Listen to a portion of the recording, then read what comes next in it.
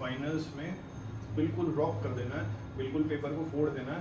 इस तरह से तैयारी करनी है कि कोई भी क्वेश्चन आए, किसी भी लेवल का क्वेश्चन आए, हमारे से हो जाएगा। तो अभी हम देख रहे हैं, रिवीजन शुरू कर रहे हैं most important questions of triangles. तो ट्राइंगल्स खोलो जरा एनसीईआरटी से। सबसे पहली एक्सरसाइज खोल रहे हैं, एक्सरसाइज 7.1। देख रहे हैं, समझ रहे हैं, गिवन भी लिख रहे हैं, फिगर भी बनाएंगे और सॉल्व। इस पर प्लीज़ मेंशन कर दीजिएगा अगर नहीं कर रखा है कि इसकी फिगर गिवन नहीं आती है पेपर में। फिगर आपको खुद से बनानी पड़ेगी, इस पर्टिकुलर क्वेश्चन की फिगर गिवन नहीं आई, ठीक है। तो देखते हैं, फिगर बना लेते हैं पहले दिए गए डाटे की हेल्प से। In the right triangle A B C, सबसे पहले तो मैं राइट ट्राइंगल बना रहा हूँ ए बी सी। तो मुझे ये भी देखना है कि राइट एंगल किस पर बन रहा है, राइट एंगल एट सी। तो राइट एंगल मैंने किसको बना दिया, सी को। बाकी एक पॉइंट को ए बोल देते हैं, एक पॉइंट को बी। इतना काम तो कर सकते हैं हम लोग, राइट एंगल ट्राइंगल बना दिया हमने। फिर उन्होंने कहा है M is the mid point of hypotenuse A B. Hypotenuse 90 के सामने वाली होती है, उसका नाम ए बी है, उसका मिड पॉइंट कौन है, एम। अगर एम मिड पॉइंट है तो ए एम और एम बी आपस में क्या होंगे, इक्वल होंगे। फिर उन्होंने कहा सी इज जॉइंट टू एम, सी को आपने ज्वाइन किया एम तक, चलो ये पार्ट भी हो गया। एंड प्रोड्यूस, प्रोड्यूस मतलब एक्सटेंड करना, प्रोड्यूस को अंडरलाइन करके लिख लेना extend. And produce to a point D, इसको आगे बढ़ाया किस पॉइंट तक, डी पॉइंट तक, such that C M equals to M D. इस तरह से आगे बढ़ाया कि सी एम और एम डी आपस में क्या है, इक्वल है। फिर उन्होंने कहा point D is joint to point B. अब पॉइंट डी को आपने किससे ज्वाइन कर दिया, पॉइंट बी से। ये आपकी फिगर बन गई है। और इसमें आपने गिवन में क्या लिखना है, सबसे पहले तो लिखना है कि angle C equals to 90 degree है। दूसरा एम मिड पॉइंट है जिसकी वजह से A M equals to M B है। थर्ड सी एम को प्रोड्यूस किया था डी पॉइंट तक इस तरह से कि सी एम और एम डी आपस में क्या है, इक्वल। ये आ गया गिवन। उसके बाद टू प्रूफ लिखते हैं और टू प्रूफ के बाद प्रूफ करना शुरू करते हैं। मैं सीधा प्रूफ लिख रहा हूँ, टू प्रूफ आप बुक से कॉपी कर सकते हो, okay. There are 4 parts. First part में ट्राइंगल एएमसी और ट्राइंगल बीएमडी को कॉम्पोनेंट दिखाना। ट्राइंगल एएमसी और ट्राइंगल बीएमडी, देखो जरा यही है दो ट्राइंगल जिन पर मैंने टिक लगाया है। जब हम अपोजिट वाले ट्राइंगल्स लेते हैं कॉन्ग्रुएंसी के लिए ज़्यादातर केसेस में, तो अगर मैंने इस ट्राइंगल का नाम यहाँ से शुरू किया है, AMC लिखा है, तो उस दूसरे ट्राइंगल का नाम उसके अपोजिट से शुरू करते थे। तो इसका अगर AMC लिखा है तो इसका और देखो क्वेश्चन में क्या कहा है, कौन कौन से ट्राइंगल दिखाने हैं, AMC और BM। उसने भी अपोजिट ही लिया है, ठीक है। तो इसलिए इस चीज़ को याद रख लेना आगे के लिए भी कि ज़्यादातर केसेस में जब हम अपोजिट ट्राइंगल्स लेते हैं तो नेम भी अपोजिट ही लेते हैं। अगर इसका AMC लिया है तो इसका अपोजिट से लेंगे CMD, ठीक है। अगर इसका BMD, अगर यहाँ से लेते CMA तो C के अपोजिट कौन आ रहा है, फिर हम लेते हैं DMA, ठीक है। बस इस चीज़ का ध्यान रखें। चलो फर्स्ट पार्ट के लिए हम प्रूव कर रहे हैं in triangle AMC and triangle BMD। Congruency लगाते हुए ये ध्यान रखना, सबसे पहले कॉन्ग्रुएंसी का साइन नहीं लगाना है, सबसे पहले ट्राइंगल्स का नाम लिखना है एंड लिखना है साथ में, ठीक है। ट्राइंगल्स का नाम लिखना है और एंड लिखना है। फिर आपको 3 चीज़ें प्रूफ करनी होती है कॉन्ग्रुएंसी के लिए। अब इधर ही ध्यान देते रहना, क्या AM MB के इक्वल है, AM equals to MB। Triangle के नाम के हिसाब से भी साथ साथ आ रहे हैं AM और BM। रीजन ईशान, गिवन, ये आपस में इक्वल गिवन। क्या CM और MD इक्वल है, CM equals to MD, it is also given. इसकी वजह से हम, अच्छा हाँ, एक और एंगल भी तो ले सकते हैं इनके बीच का। इसका रीजन वर्टिकली अपोजिट एंगल, जिसकी वजह से दोनों ट्राइंगल क्या जाएंगे, कॉन्ग्रुएंट। बताना धैर्य अंकल क्या नाम है इन एंगल्स का,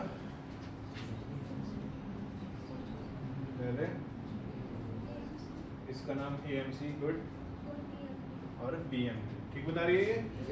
एंगल AMC और BMD आपस में इक्वल है, वर्टिकली अपोजिट एंगल्स। क्या आप लिख सकते हो VOA, आपको पूरा लिखना है, ठीक है। मेरे से बताओ यहाँ पर क्या मिस्टेक हुई है, बीच में आना चाहिए था और साइड बाद में आनी चाहिए थी, ताकि ये कौन सी कॉन्ग्रुएंसी कहलाती है, ऐसे, ठीक है। तो आप सही तरीके से ही लिखेंगे, पहले साइड फिर एंगल और फिर साइड, ठीक है। नहीं लिखा है तो ऐसे एरो लगा लेना ताकि याद रहे, पेपर में ठीक लिखना है, okay. SAS, side angle side. तो ये दोनों ट्राइंगल क्या हो जाएंगे बच्चों, कॉन्ग्रुएंट बाय SA, ठीक है। अब अगर ये दोनों ट्राइंगल्स कॉन्ग्रुएंट हैं तो क्या मेरा ये कहना ठीक होगा कि ये वाला एंगल इस वाले एंगल की इक्वल है? रीजन ऑल्टरनेट कहां से आ गए, पहले लाइन से बना CPC। ये इस ट्रायंगल में आ रहा है और ये इस ट्रायंगल में आ रहा है, ये आपस में क्या होंगे, इक्वल होंगे बाय ऑल्टरनेट वर्ड नहीं यूज करोगे फिलहाल, क्योंकि कहीं भी पैरेलल नहीं दे रखा है, ठीक है ना। ये एंगल्स आपस में इक्वल क्यों लिख रहे हो, CPCT की वजह से लिख रहे हो। यही गड़बड़ होती है बच्चों की, और उनको लगता है कि हम ठीक करके आए हैं और वहीं गलत हो जाता है। ये ऑल्टरनेट है, हम बाद में ऑल्टरनेट का ही यूज करेंगे, इसमें बताएंगे कि ये ऑल्टरनेट है, लेकिन फिलहाल तो नहीं लिख सकता ना, फिलहाल तो किसकी वजह से लिखूंगा, CPCT की वजह से। चलो आरव गुप्ता, इस एंगल का नाम बताओ बेटा। CAM, good. और इस वाले का MBD, गुड। इसका मतलब CAM और MBD आपस में क्या होंगे, इक्वल होंगे। CAM नहीं, CAM और MBD, लेकिन क्या ये ट्रायंगल के नाम के हिसाब से आ रहे हैं,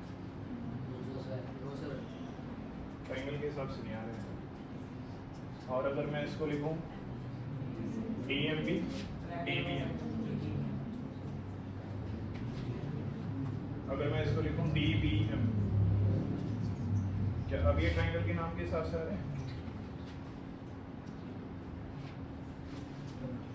CAM DBM आ रहे हैं, देखो मैच हो रहे हैं। जरा बोर्ड पर देखो कैसे मैच किया। CAM लिखा मैंने अपनी साइड से इसका नाम, ठीक। तो जब मैंने इसका नाम CAM लिखा है तो ट्रायंगल के हिसाब से CAM ऐसे बन रहा है, CAM। तो अब जो मुझे दूसरा एंगल लेना पड़ेगा उसमें भी मुझे ऐसे ही जाना पड़ेगा, इसी पैटर्न को फॉलो करना पड़ेगा, बस कॉन्ग्रुएंसी में इन सब चीज़ों का ध्यान रखना होता है, ठीक है। CAM अगर ऐसे बन रहा है तो दूसरा एंगल DBM भी ऐसे ही बनना चाहिए। तो देखो CAM ये वाला एंगल है और DBM ये वाला एंगल है, ये आपस में इक्वल आ रहे हैं और ट्रायंगल के नाम के हिसाब से सेट बैठ रहे हैं, तो हम इनको बोलेंगे कि ये आपस में इक्वल क्यों आए, बाय CPCT। लेकिन ये कैसे एंगल्स हैं, कैसे एंगल्स हैं ये, but these are alternate interior angles. हाँ जी, एंगल के भी और साइड के भी, but these are alternate interior angles. और ऑल्टरनेट इंटीरियर एंगल्स कब इक्वल होते हैं, जब लाइंस कैसी हो। तो इस एंगल के साथ बन रही साइड का नाम क्या है, AC, और इस एंगल के साथ बन रही साइड का नाम क्या है, DB। तो इसका मतलब AC और DB क्या होंगे, आपस में पैरेलल होंगे। तो देखो, जो आपने मुझे बोला था कि भाई ये ऑल्टरनेट है, तो ऑल्टरनेट में इन्हें डायरेक्ट नहीं बोल सकता क्योंकि मुझे साइड्स पैरेलल नहीं दी है। मैं तब बोल सकता हूँ जब साइड्स क्या हो, पैरेलल। क्या कहीं क्वेश्चन में गिवन था कि साइड्स पैरेलल है, कहीं भी गिवन नहीं था। तो फिर मैंने इनको कैसे इक्वल दिखाया, बाय CPCT। कैसे इक्वल दिखाया, बाय CPCT। फिर मैंने लिखा चलो ठीक है, अब ये इक्वल हो गए हैं CPCT से, लेकिन ये है कैसे, ऑल्टरनेट। एक लाइन के इधर आ रहा है, एक लाइन के उधर आ रहा है, तो ये कैसे हैं, ऑल्टरनेट है। ऑल्टरनेट इंटीरियर एंगल्स इक्वल कब होते हैं, जब साइड्स कैसे हो, तो इसका मतलब AC और DB क्या है आपस में। जो आपका फर्स्ट पार्ट था क्वेश्चन का वो तो यहाँ तक खत्म हो गया था एक्चुअल में। आगे का जो पार्ट किया है मैंने वो इस वजह से किया है ताकि मैं सेकंड पार्ट को प्रूफ कर सकूं। पहले यहाँ तक कॉपी कर दो जल्दी से, जिसका नहीं हुआ है। फर्स्ट पार्ट में तो किसी को डाउट नहीं है ना, आपस में बात मत करने लग जाना।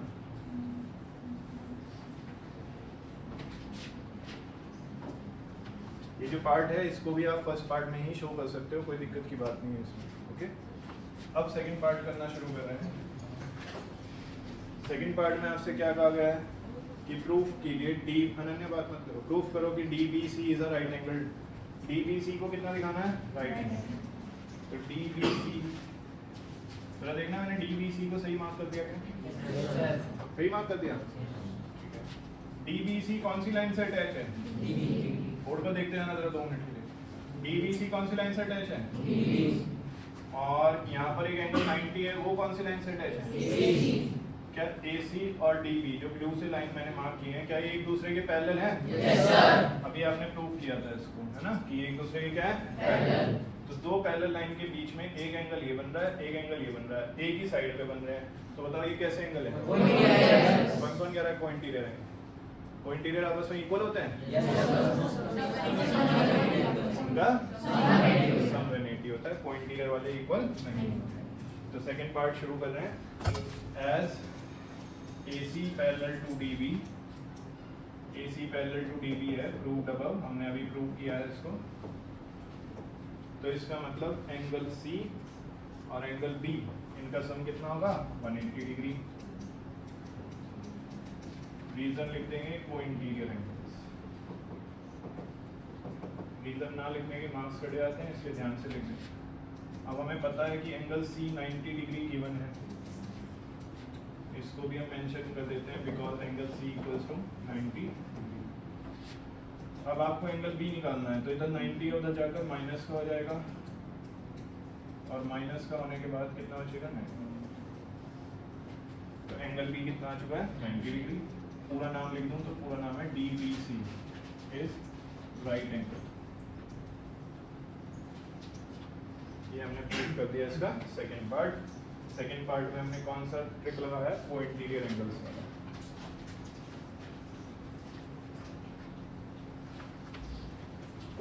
Have you done? यहाँ तक समझ भी आ रहा है सभी को?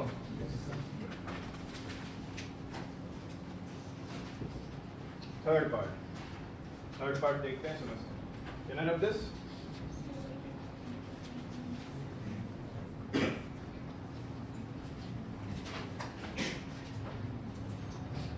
थर्ड पार्ट में उन्होंने कहा है कि बड़े वाले ट्राइंगल्स ले लो, जैसे कि ACB और दूसरा ट्राइंगल ले लो DBC। ACB और DCB। क्या इसमें बेस एंड करना रीजन बताने के लिए, ठीक है, मैं आप लोगों से पूछूंगा इसका रीजन क्या है। क्या ये वाली साइड इसके इक्वल है? रीजन बताने के लिए बेस एंड करो। प्रार्थना आप बताओ, क्या था बताओ? पैरेलल तो दिखाया था, लेकिन इक्वल भी तो है। इक्वल का रीजन पूछ रहा हूँ मैं। गर्ल्स में से कोई भी नहीं, राधे बताओ। रूट इन फर्स्ट पार्ट क्या फर्स्ट पार्ट में ये ट्राइंगल इसके सिमिलर इक्वल वो कॉन्ग्रुएंट दिखा चुके हो? अगर ये ट्राइंगल इसके कॉन्ग्रुएंट है तो इस ट्राइंगल में आ रही ये साइड और इस ट्राइंगल में आ रही ये साइड आपस में क्या होंगी? इक्वल होंगी बाय CBC। इसको हमने फर्स्ट पार्ट में शो नहीं किया था, लेकिन हम इसको थर्ड पार्ट में यूज कर रहे हैं, तो हम इसको डायरेक्टली लिख सकते हैं बाय CBC। बताओ ये वाली साइड दोनों ट्राइंगल में आ रही है?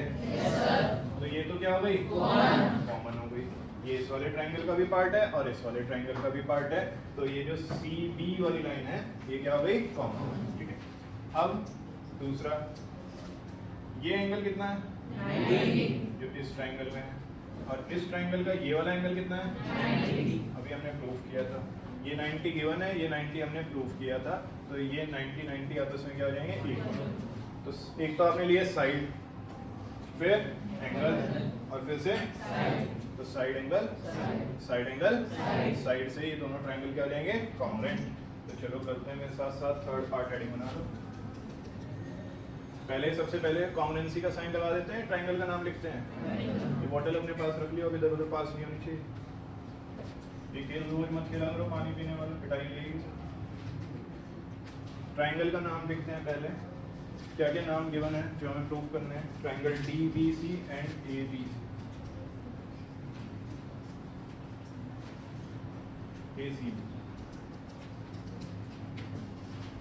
इन दोनों ही ट्राइंगल्स में सबसे पहले हम लिख रहे हैं कि AC और DB आपस में इक्वल है।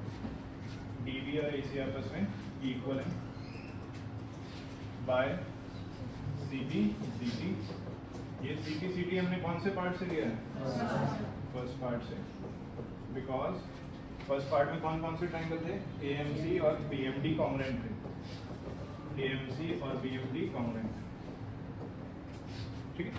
तो वो कॉन्ग्रुएंट थे फर्स्ट पार्ट में, इसलिए मैंने बाय CPCT से उनकी ये वाली साइड्स को क्या लिख लिया? इक्वल लिख लिया। मतलब हमें कहीं से भी चीज़ों को इक्वल दिखाना है, बट विद रीजन दिखाना है कि ये चीज़ इसके इक्वल है तो क्यों इक्वल है। तो चाहे मैं फर्स्ट पार्ट से उठा कर लाया हूँ, लेकिन मैंने उसका रीजन दे दिया कि भाई फर्स्ट पार्ट से ये दोनों ट्रायंगल कॉन्ग्रुएंट थे, तो CPCT से दोनों साइड्स क्या रहेंगी? इक्वल। ऑल्सो ये वाला एंगल और ये वाला एंगल आपस में इक्वल है, क्योंकि ये दोनों 90-90 हैं। Angle B equals to angle C, both are 90 degree each. और तीसरी जो कॉमन साइड आ रही है वो कौन सी है? CB। CB equals to CB common, जिसकी वजह से दोनों ट्रायंगल्स क्या हो जाएंगे? Congruent by SK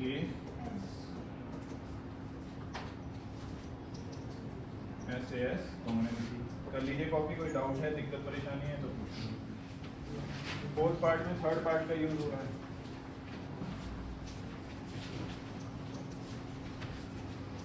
fourth part में जो आपको प्रूव करना है वो प्रूव करना है CM equals to half of AB।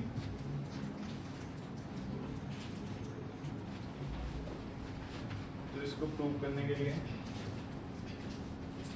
आपने अभी थर्ड पार्ट में कॉन्ग्रुएंसी लगाई थी बड़े वाले ट्रायंगल्स में ABC और BBC में। कौन क्यों बन रहा है?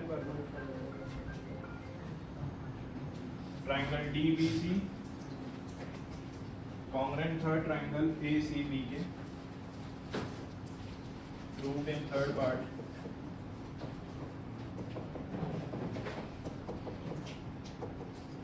इसकी वजह से हम लिख सकते हैं कि DC और AB आपस में क्या होंगे? इक्वल।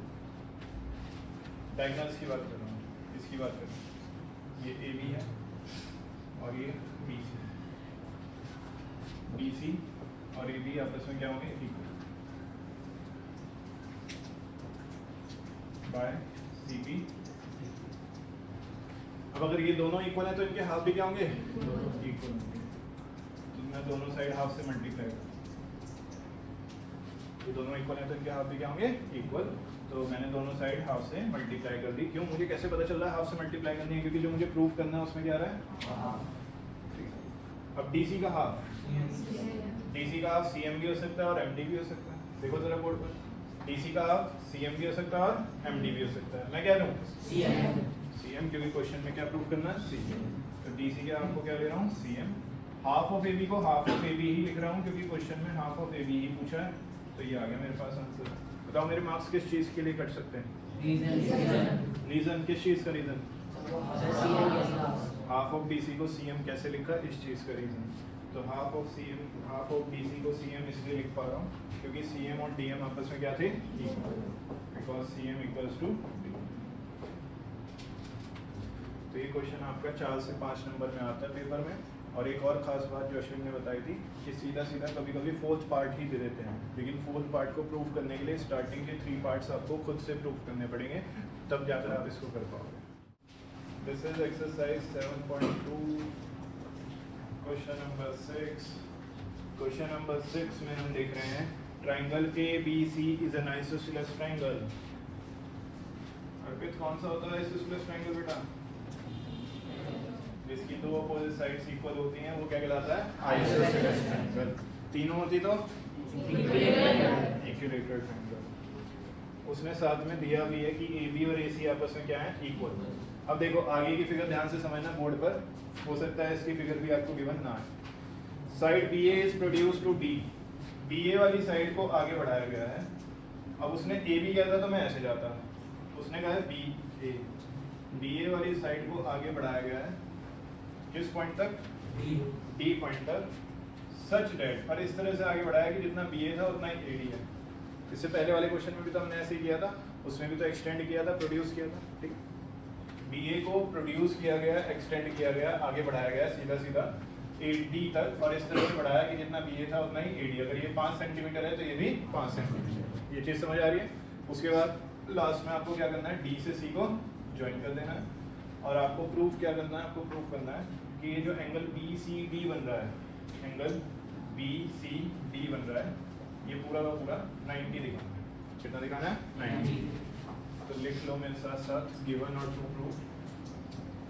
गिवन में AB AC के इक्वल है और AB AD के भी इक्वल है। Things which are equal to the same thing are equal to one another. सबकी आवाज नहीं आती। Things which are equal to the same thing are equal to one another. Angle BCD को right angle proof करना। Right angle मतलब 90 degree लिखना। मैं फिलहाल एंगल्स को कुछ नंबरिंग दे रहा हूँ अपनी साइड से ताकि मेरा क्वेश्चन थोड़ा आसान बन जाए। ये 1, ये 2, ये वाला 3 और ये वाला 4। और मैं प्रूफ करना शुरू कर रहा हूँ। आप लोग भी मेरे साथ साथ समझ भी रहे हैं और नोट भी कर रहे हैं। तो जब मैं प्रूफ करना शुरू कर रहा हूँ तो I will take one triangle at a time. पहले मैंने सिर्फ एक ट्राइंगल लिया। क्या नाम है इस ट्राइंगल का? ABC। इन ट्राइंगल ABC क्या AB और AC आपस में इक्वल है? AB equals to AC। It is. अगर AB और AC इक्वल हैं, किसी ट्राइंगल में अपोजिट साइड्स इक्वल होती हैं तो उसके अपोजिट एंगल्स भी क्या होते हैं? इक्वल। ये किस किस को पता है पहले से? किसी ट्राइंगल में अपोजिट साइड्स इक्वल होते हैं तो उसके अपोजिट एंगल्स भी क्या होते हैं? इक्वल। तो AB के अपोजिट एंगल कौन सा है? 12 से 10 ध्यान से चलो। AB के अपोजिट एंगल कौन सा है? एंगल 2। AC के अपोजिट एंगल कौन सा है? AB के अपोजिट कौन सा है? AC के अपोजिट कौन सा है? तो बताओ AB के अपोजिट कौन सा लिखूं? एंगल 2। और AC के अपोजिट कौन सा लिखूं? Angle 1। Reason angles opposite to equal sides are equal.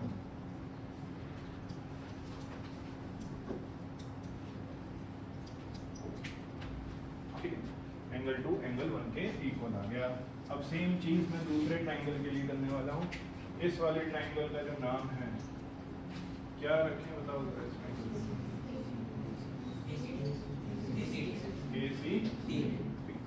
ACD को यूज करने से पहले क्या मैं तीनों साइड्स को इक्वल दिखा दूं? पहले AB किसके इक्वल था? AC के। AB और किसके इक्वल था? AD के। ये दोनों चीजें AC भी AB के इक्वल, AD भी AB के equal. Things which are equal to the same thing are equal to one another. तो क्या मैं यहाँ से AC और AD को इक्वल लिख सकता हूँ? ठीक है, सीधा सीधा लिख दूंगा मैं AC इक्वल्स टू AD। कोई दिक्कत परेशानी है? क्लियर हो रहा है? अब AC AD के इक्वल आ चुका है। अब सीधा सीधा हम ट्राइंगल ले लेते हैं। ट्राइंगल का नाम क्या है? ACD। इन ट्राइंगल ACD में AC और AD आपस में इक्वल हैं। AC और AD आपस में इक्वल है। अभी हमने प्रूव किया था प्रूव अबव। और अगर किसी ट्राइंगल में दो अपोजिट साइड्स इक्वल हैं तो उसके दो अपोजिट एंगल्स भी क्या होंगे? इक्वल। तो AC के अपोजिट एंगल कौन सा आ रहा है? एंगल 4। और AD के अपोजिट एंगल कौन सा आ रहा है? एंगल 3। कुछ बच्चों को कंफ्यूजन होता है 3 वाला लें या 2 वाला लें, इसलिए मैंने ट्राइंगल को डार्क मार्क किया है ताकि आपको पता चल जाए कि उस ट्राइंगल में कौन सा आ रहा है। तो रेड वाले ट्राइंगल में 3 आ रहा है 2 आ रहा है? तो 3 लेंगे। ठीक है, तो AD के अपोजिट कौन सा है? 3।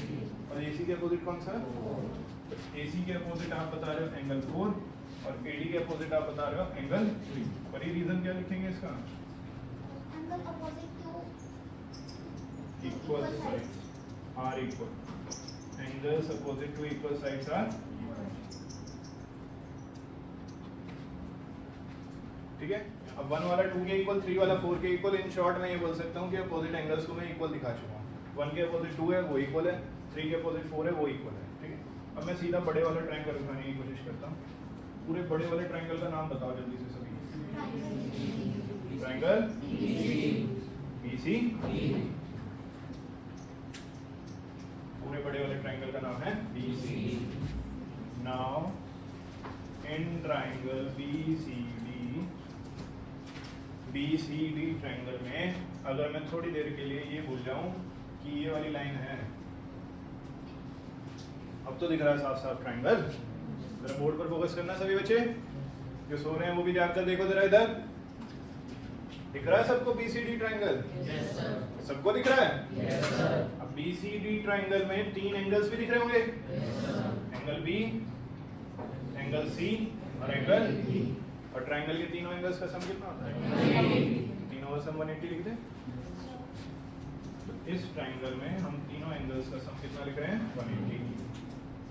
तो angle B plus angle C plus angle D equals to 180 degree. Reason आ जाएगा angle sum property of triangle. Triangle की एंगल सम प्रॉपर्टी की वजह से ये तीनों एंगल्स का सम आपस में 180 है। देखते जाओ बोर्ड पर और बताते जाओ मुझे। एंगल B को क्या लिखूं? एंगल 1, क्योंकि एंगल B को हमने क्या मान रखा था? एंगल 1। एंगल C के देखो दो हिस्से हो रहे हैं, एंगल 2 और एंगल 3। तो एंगल C की जगह एंगल 2 लिखूं या एंगल 3 लिखूं या दोनों का प्लस? दोनों का प्लस लिखेंगे। तो एंगल C की जगह क्या लिखेंगे? दोनों का प्लस। तो एंगल 2 प्लस एंगल 3। तो जहाँ एंगल C आ रहा था उसकी जगह मैंने क्या लिख दिया? Angle 2 plus angle 3। D की जगह क्या लिखेंगे? Angle equals to. अब जो आपको प्रूफ करना है वो देखते हैं। आपको जो प्रूफ करना था वो था BCD को 90 दिखाना था। क्योंकि सारी मेहनत क्यों कर रहे हैं? जो हमें प्रूफ करना है उसके लिए मेहनत कर रहे हैं। जो हमें प्रूफ करना था उसमें किसको राइट एंगल दिखाना था? BCD। ये है BCD आपके पास। बताओ BCD में कौन कौन चाहिए? 2 चाहिए और तो जो चाहिए उस पर टिक लगा देते हैं। 2 चाहिए, 3 चाहिए। कौन कौन नहीं चाहिए? 1 नहीं चाहिए, 4 नहीं चाहिए। तो सबसे पहले यही दिमाग लगा लिया करो कि क्या चाहिए और क्या नहीं चाहिए। जो चाहिए होता है उस पर छोटा सा टिक लगा लिया करो, जो नहीं चाहिए होता है उस पर छोटा सा क्रॉस लगा लिया करो। कोई दिक्कत इसमें? बोलो। एंगल 1 नहीं चाहिए, हटा देते हैं। एंगल 1 किसके इक्वल प्रूफ किया था? नोटबुक में देखो। एंगल 1 किसके इक्वल था? तो जब एंगल 1 चाहिए नहीं तो उसे हटा के एंगल 1 के लिए क्या लिख दिया? एंगल 2। ऐसा मैं इसलिए लिख पा रहा हूँ क्योंकि मैंने इसे पहले ही प्रूफ कर रखा है कि एंगल 1 और एंगल 2 आपस में क्या है? इक्वल। एंगल 2 चाहिए था तो इसको एज इट इज कॉपी कर दिया। एंगल 3 चाहिए तो इसको एज इट इज कॉपी कर दिया। एंगल 4 भी नहीं चाहिए। 4 किसके इक्वल दिखा था? तो 4 की जगह क्या लिख देते हैं? Angle equals to. यहाँ तक समझ आ रहा है? रीजन भी तो देना पड़ेगा, बिकॉज एंगल 1 एंगल 2 के इक्वल था और एंगल 4 एंगल 3 के इक्वल था, इसलिए हम एक्सचेंज कर पाए, उन लोग की जगह लिख पाए। Now angle 2 plus angle 2 twice of angle 2। Angle 3 plus angle 3 twice of angle 3। 2 common आ जाएगा, अंदर बचेगा angle 2 plus angle 3 equals to 180 degree. ये 2 इधर मल्टीप्लाई में उधर जाकर डिवाइड हो जाएगा। 180 को 2 से डिवाइड करोगे तो कितना आएगा? कितना आएगा? 90 डिग्री आ जाएगा। ठीक है। अब 2 और 3 बोर्ड पर देख लो। 2 और 3 बता दो क्या बन रहा है? 2 और 3 को बता दो। Angle BCD। पूरा नाम लिख दो BCD। तो एंगल 2 प्लस एंगल 3 की जगह क्या लिख रहा हूँ? पूरा नाम एंगल BCD, जो कि किसके इक्वल आ चुका है? 90 डिग्री के इक्वल आ चुका है। यही आपको प्रूफ करना था। बाद में क्या लिख दोगे? हैंस। किस किसको समझ आ रहा है? कोई दिक्कत परेशानी नहीं?